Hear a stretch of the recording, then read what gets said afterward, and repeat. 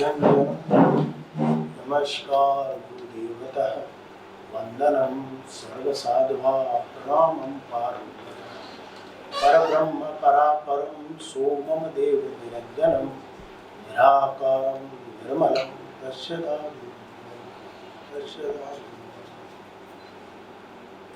वेद विज्ञान प्रणेता पंडित मधुसूदन जी ओझा जी के 156वें जन्म अवसर के आयोजन में पधारे हुए मुख्य अतिथि माननीय श्री कृष्णकांत जी पाठक साहब, विशिष्ट अतिथि माननीय डॉक्टर रीमा ओझा जी, महामंडलेश्वर ज्ञानेश्वर जी महाराज, वेदांती जी महाराज, प्रोफेसर कैलाश जी चतुर्वेदी जी, पंडित महेश दत्त जी शर्मा, प्रोफेसर बनवारी लाल जी गौड़ साहब, वैद्य गोपीनाथ जी पारिक साहब, और जिनका आज हमने अभिनंदन किया अभी, पंडित सत्यनारायण जी पारिक साहब, और दादू संप्रदाय के महंत अशोक जी स्वामी, स्वामी राम सुखदास जी महाराज, पुरुषोत्तम जी स्वामी महामंडलेश्वर, पुरातत्व के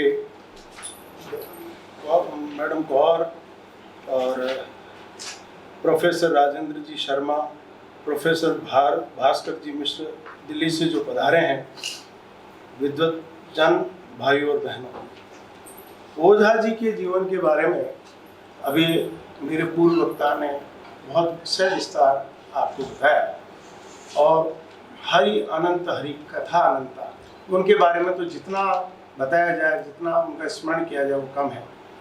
ऐसे महामनीषी को आज उनके जन्मोत्सव पर मैं नमन करता हूँ, नमस्कार करता हूँ। वस्तुतः ऐसे महापुरुषों का जन्मदिन हम जो मनाते हैं, हम अपने आप को कृतार्थ करते हैं, क्योंकि उनकी हमारे समाज को इतनी बड़ी देन है जिस देन को हम बुझा नहीं सकते। शिष्य गुरु का प्रतिबिंब होता है। स्वामी सूरजनदास जी महाराज उनके परम शिष्यों में से थे। स्वामी सूरजनदास जी महाराज ने वेदों पर बहुत कार्य किया, संस्कृत के तो मर्मज्ञ विद्वान थे ही। संत दादू दयाल जी महाराज की वाणी के भी वो अद्भुत विद्वान थे। शास्त्री जी महाराज के बारे में भी जितना कहा जाए उतना कम है। मैं जो दादू दर्शन के बारे में जो निवेदन करना चाहता हूँ, वो सर्वप्रथम स्वामी सूरजनदास जी महाराज ने दादू जी महाराज की वाणी को एक दर्शन के रूप में प्रस्तुत किया। दर्शन का अर्थ है फिलॉसफी, और दर्शन का दूसरा स्वरूप है एथिक्स। संत महापुरुषों का जो जीवन है वो अपने आप में दर्शन है। संत दादू दयाल जी महाराज ने अपनी वाणी में जो बातें कही, उसको स्वामी सूरजनदास जी महाराज ने वेदों में क्या लिखा है, उपनिषदों में क्या लिखा है, और हमारे जो धार्मिक ग्रंथ हैं उनमें क्या लिखा है, उनका समन्वय स्थापित करके एक अद्भुत जो है, हमको उनके जो लेख हैं उनका संग्रह हमने किया है, और जो भारतवर्ष के प्रसिद्ध विद्वान हैं उनके लेखों का ये एक संग्रह है। मैं क्योंकि मुझे समय का जो है थोड़ा सा रिस्ट्रेन है, इसलिए मैं ज़्यादा नहीं बोलूँगा। मैं दादू दर्शन की जो मुख्य बातें हैं, दादू जी महाराज के सिद्धांत की मुख्य बातों पर ही चर्चा करूँगा। संत दादू दयाल जी महाराज कहते हैं, आपा बेटे हरि भजे तनमन तजे विकार, निर्वैरी सब जीव सो दादू यहू अच्छा। दादू जी महाराज कहते हैं कि आपा का मतलब है अहंकार, ईगो, और उसमें सारे आपा आ गए। अहंकार किस किस का? धन का अहंकार, यौन का अहंकार, बल का अहंकार, सारे अहंकार, विद्या का अहंकार। तो कहते हैं जब आप आपा को मिटोगे तभी आप परमात्मा के दर्शन कर सकते हो, परमात्मा का भजन कर सकते हो। तो कहते हैं कि दादू जी महाराज कहते हैं कि आप जो है तनमन के जो विकार हैं, उनको भी आपको त्याग करना है। तो तन और मन, तन के विकार तो डॉक्टर ठीक करता है, चिकित्सक ठीक करता है। मन के विकार भी, मैं मनोचिकित्सक होने के कारण मैं जानता हूँ कि मन के विकार क्या है, उनकी भी हम चिकित्सा कर सकते हैं। तो आपको तन और मन दोनों के जब तक आप विकार उनका त्याग नहीं करेंगे तब तक आप आगे नहीं बढ़ सकते। निर्वैरी सब जीव। दादू जी महाराज कहते हैं कि सब प्राणियों से आपको निर्वैरी होना है।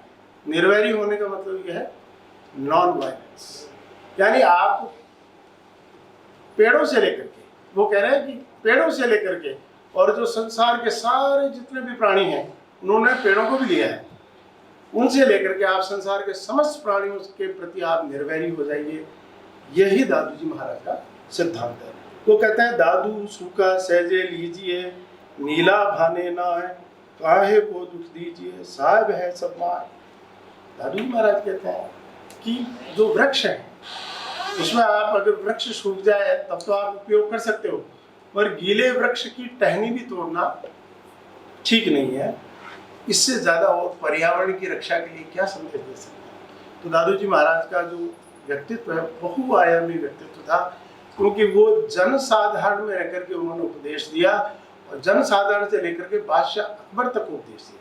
जब वो आमेर विराज रहे थे तो महाराजा भगवान दास उनके शिष्य थे, आमेर के महाराजा ने जब अकबर बादशाह से उनकी प्रशंसा की कि महाराज बहुत उच्च कोटि के संत हैं, तो आपने निवेदन किया कि महाराज आप सीकरी पधारो और मुझे दर्शन दीजिए। तो जब भगवान दास जी से उन्होंने निवेदन किया तो उनका संतों को सीकरी से क्या कहा, हम तो संत हैं, हमें क्या लेना देना अकबर से और किसी बादशाह से। हमें कि महाराज मेरी लाद रखने के लिए आप महाराज सीकरी पधारे। अकबर ने कई तरह की परीक्षाएं दी, 40 दिन तक सत्संग चला। सत्संग में जब उन्होंने एक दो प्रश्न पूछे भगवान कृष्ण और गोपियों के बारे में, कहा कि भगवान कृष्ण तो अकेले थे, इतनी सारी गोपियां थी उनके साथ, आप वो कैसे रास रचाते थे। तो दादू जी महाराज जब वो उद्यान में घूम रहे थे तो हर वृक्ष के नीचे भगवान कृष्ण और गोपियों का रास दिखाया। अकबर चकित रह गया कि बहुत पहुंचे महापुरुष है। तो अकबर ये कहते हैं कि दादू नूर खुदा है, दादू नूर अल्लाह, दादू मेरा प्रिय कहे बादशाह।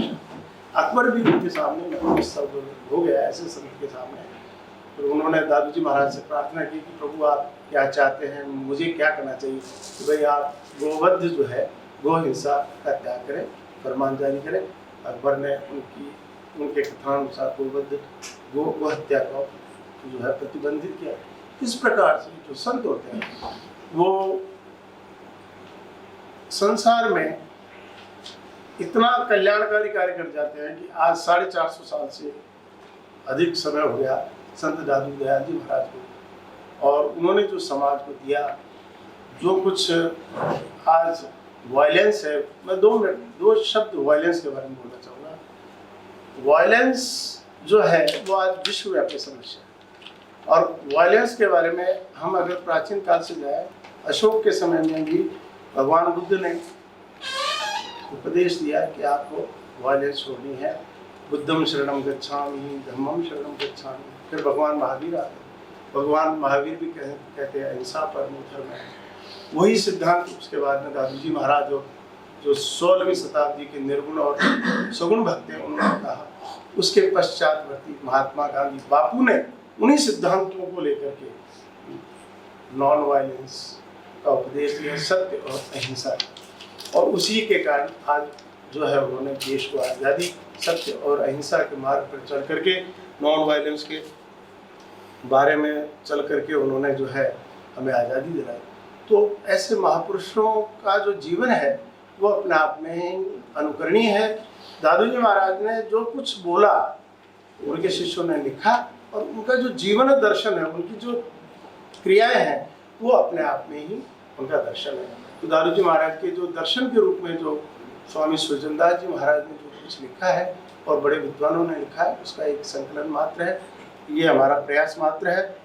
और राजस्थान विश्वविद्यालय में दादू दर्शन की पीठ स्वामी राम सुखदेव जी महाराज ने स्थापित की है।